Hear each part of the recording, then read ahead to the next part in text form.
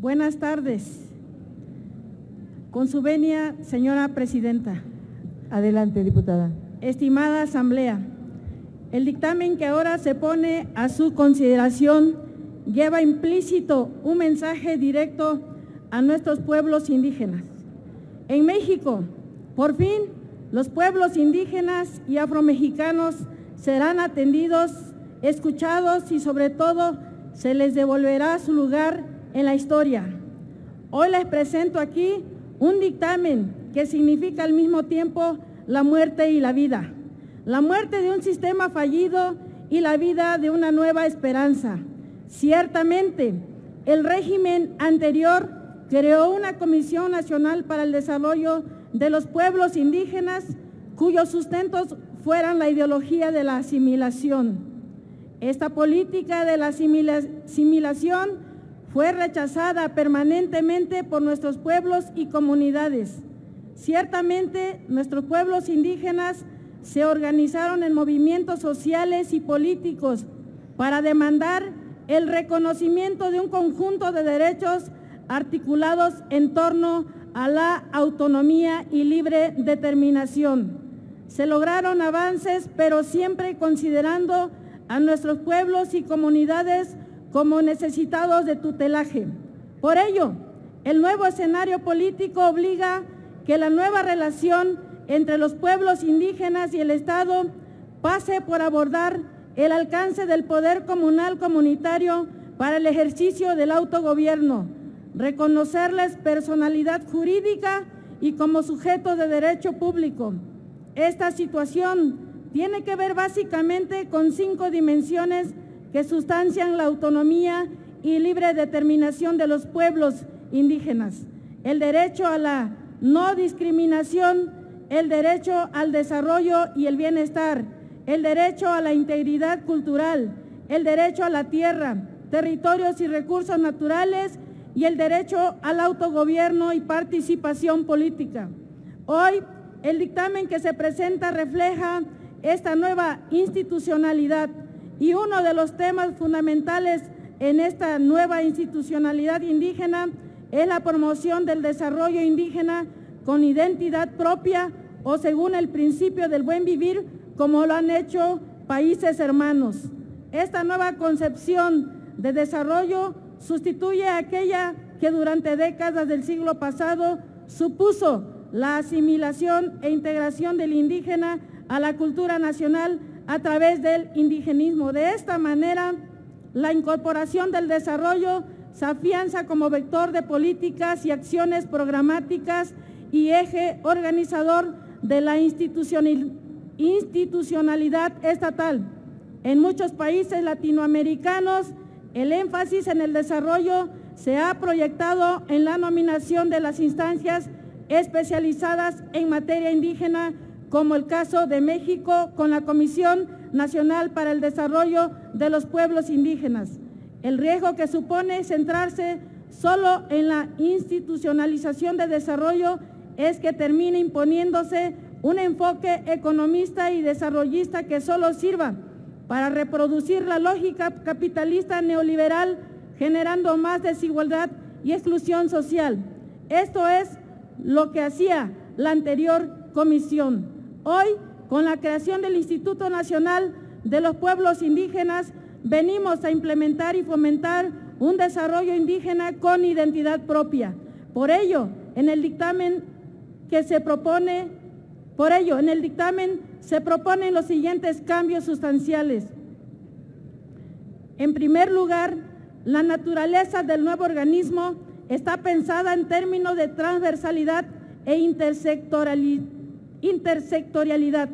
La transversalidad e intersectorialidad son 2 instrumentos de políticas públicas que los gobiernos latinoamericanos han empezado a implementar para atender integralmente los temas indígenas. Estas políticas públicas asumen las recomendaciones de la Aclaración de Brasilia, que compele la necesidad de transversalizar la gestión de los asuntos indígenas y profundizar la articulación intersectorial de las políticas públicas con temas tan necesarios como la política de género y derechos humanos. En segundo lugar, debo destacar que este dictamen está sustentado en la propia versión de nuestros pueblos, pues para ello realizamos foros de consulta en los cuales se tuvo acercamiento directo con hermanas y hermanos en estos 10 foros, donde se abordaron 4 ejes temáticos que orientaron la discusión, a saber, la naturaleza jurídica, el objeto del nuevo organismo y principios que deben regir la actuación institucional, los pueblos indígenas como sujeto de derecho público, atribuciones del nuevo organismo y órganos de gobierno del nuevo organismo público y estrategia de regionalización. En cada uno de los foros surgieron un conjunto de ideas y agregados que reflejan este dictamen. En tercer lugar, debo destacar esta iniciativa ha sido seguida de cerca tanto los organismos nacionales como internacionales. La relatora especial reconoce el hecho de que la Comisión de Pueblos Indígenas esté realizando el proceso de diálogo y consulta a lo largo y ancho del país. En cuarto lugar, quiero mencionar particularmente mi reconocimiento a las y los autores de la iniciativa. La iniciativa sufrió cambios en virtud de los procesos de consulta y de las opiniones del pueblo de México. En el artículo 3 de la iniciativa presentada se considera adicionar la disposición que reconoce a los pueblos indígenas y afromexicanos como sujetos de derecho público. Esta propuesta armoniza la ley y el funcionamiento del instituto que se crea con el reconocimiento de la personalidad jurídica de los pueblos indígenas en el ámbito nacional e internacional, al proponer que el instituto reconocerá y brindará a dichos pueblos y comunidades un trato como sujetos de derecho sin restricción alguna. En este mismo sentido, la Declaración Americana sobre los Derechos de los Pueblos Indígenas en relación a la personalidad jurídica de los pueblos indígenas establece lo siguiente: los estados reconocerán plenamente la personalidad jurídica de los pueblos indígenas, respetando las formas de organización y promoviendo el ejercicio pleno de los derechos reconocidos en esta declaración. En consecuencia, estas disposiciones sentarán las bases para que las comunidades puedan ejercer sus derechos por sí mismos, evitando la intermediación y la intervención de figuras ajenas a sus formas de organización en todos los aspectos de su vida cotidiana. Así lo han sostenido ya los tribunales del Poder Judicial de la Federación al reconocer validez y eficacia jurídica a sus decisiones en los ámbitos electoral, agrario y de administración de recursos municipales. Esto también significa que serán sujetos de las obligaciones que deriven del manejo de recursos y de la implementación de programas en condiciones de igualdad y sin discriminación de ninguna índole. En los foros realizados en el marco del proceso de diálogo y consulta, estas propuestas fueron reiteradas por los asistentes. Asimismo, gozó del más amplio consenso en los acuerdos de San Andrés en el marco del proceso de paz en el estado de Chiapas. Aunado a lo anterior, debe considerarse que el reconocimiento se plantea en este artículo como sujeto de derecho público al pueblo afromexicano y las comunidades que lo integran.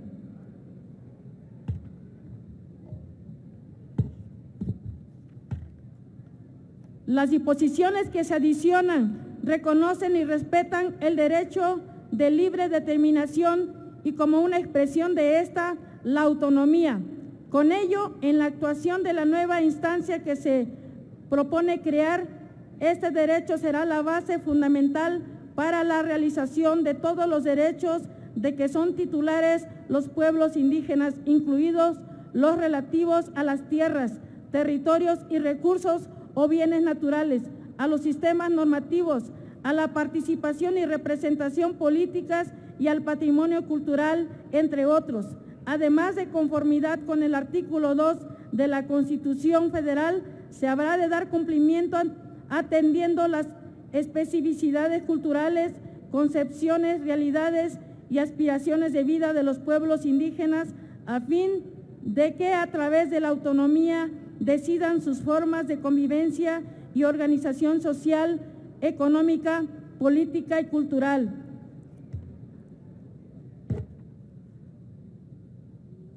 Asimismo, las declaraciones internacionales establecen que los pueblos indígenas tienen derecho a determinar y elaborar las prioridades y estrategias para su desarrollo o para la utilización de sus tierras y sus territorios.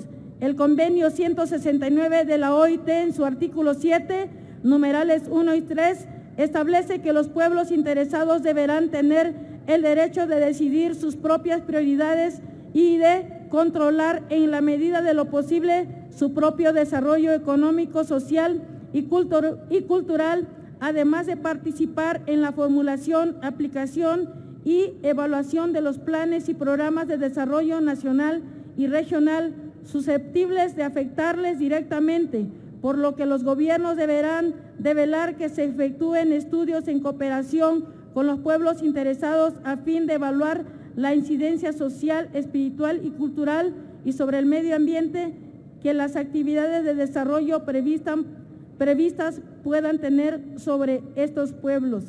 Conforme con este marco jurídico nacional e internacional, el Instituto deberá atender y fomentar la concepción particular de desarrollo de cada pueblo, respetando sus aspiraciones y propias formas de organización que permitan alcanzar la suficiencia de sus ingresos, fortalecer sus economías locales y mejorar sus condiciones de vida con la participación y consentimiento de dichos pueblos. Vaya terminando, Con esta diputada. atribución se busca dar una atención integral e intercultural a los pueblos indígenas, estableciendo los centros coordinadores de pueblos indígenas que se estimen necesarios en todas las regiones indígenas de la República Mexicana.